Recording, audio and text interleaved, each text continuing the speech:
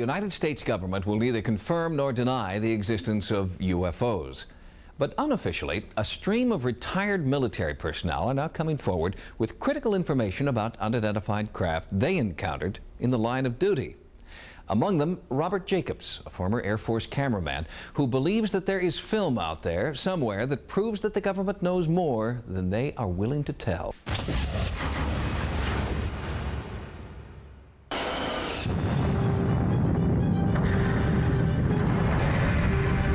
Just come out of the most destructive war on the face of the planet. World War II, 50 million dead.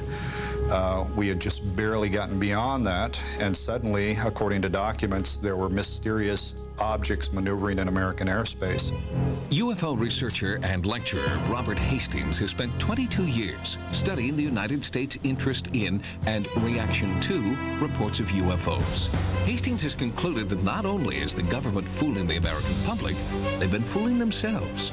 I think it's not a coincidence that the phenomenon has accelerated its activity precisely at a time in human history when we've acquired nuclear weapons. I have interviewed 21 former and retired Air Force personnel associated with nuclear missile squadrons who have referred to incidents involving the presence of flying saucers. That theory is based in part on the personal experiences of Robert Jacobs, a former Air Force lieutenant. In 1964, Lieutenant Jacobs claims he sat in a room at Vandenberg Air Force Base and saw a UFO that haunts him to this day.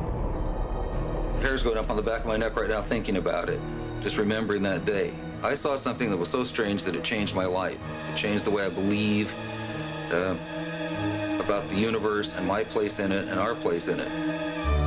In 1964, Lieutenant Robert Jacobs was stationed at Vandenberg Air Force Base, California. He was in charge of a special photographic unit filming test flights of Atlas F and Minuteman missiles, both nuclear weapon delivery systems. When you launch a piece of equipment that costs $4 or $5 million just for the piece of equipment and it blows up 300 yards out of the hole, we want to know, first of all, why did it blow up? So my job was to provide photographic documentation from 30 or 40 different camera positions for each launch. In November of 1964, Jacobs was assigned to film a Vandenberg missile launch using a brand new state-of-the-art telescope developed at Boston University.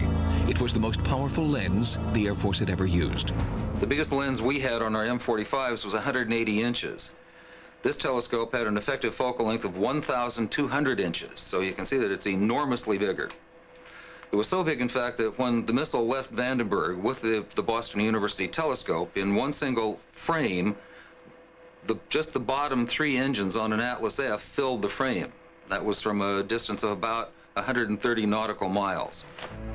In a top-secret mission, the telescope was flown in from Boston aboard a Hercules aircraft. This is actual footage shot by Jacobs' unit and only recently rediscovered in his archive. The telescope was so large, it had to be hauled to its site in an 18-wheel big rig. Jacobs' crew assisted the telescope's inventor, Walter Manning, with the installation of the lens. The camera was perched on a bluff in Big Sur, 130 miles from the launch site. We locked onto the missile and we saw all 3 stages of powered flight. Through our binoculars, we could see that happen. It was a test of a top-secret anti-missile missile, one designed to confuse enemy missiles and then go on to hit its target. The camera was programmed to follow the missile automatically and run for 6 minutes, long past the point where the missile was visible. Now, what we didn't know is what else we had got besides the missile. After the film was developed, project director Major Florenz Mansman called Jacobs into his office, and Major Mansman was not alone. There were 2 guys in gray suits in there, civilian clothes. They were not in the Air Force. They were from somewhere else. They never identified themselves. They could have been CIA, OSI, OSS. Jacobs was asked to watch his test film in the presence of these mysterious officials. The nose cone spread out. The warhead was quite plainly visible.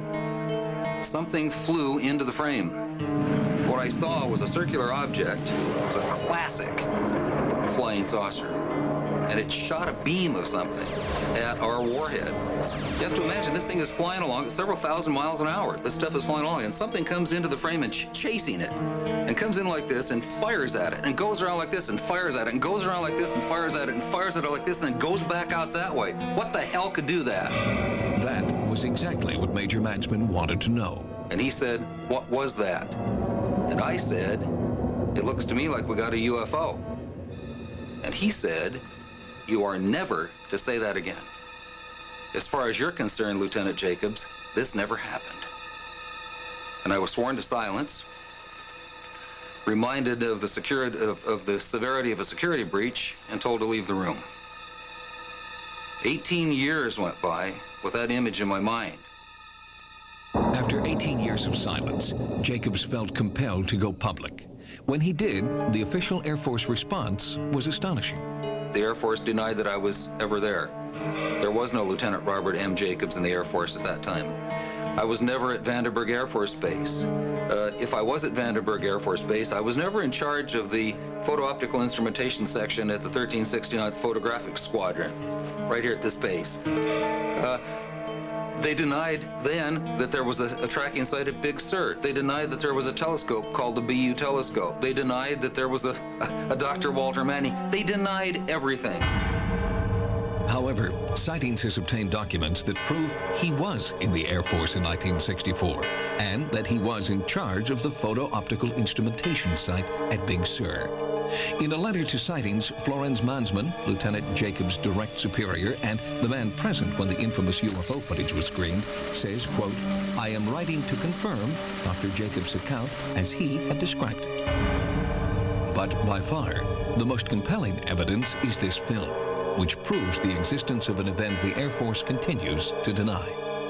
The Air Force is probably not going to like this film, but there's nothing they can do about it. It exists, it documents the telescope, the people who were there, including me. And if there are any ramifications about it, I guess I just don't care anymore. Recent disclosures from the former Soviet Union indicate that UFO overflights of military bases and nuclear facilities have not been limited to the United States. During the 1970s and 80s, several UFOs were sighted at government installations in Russia and Siberia.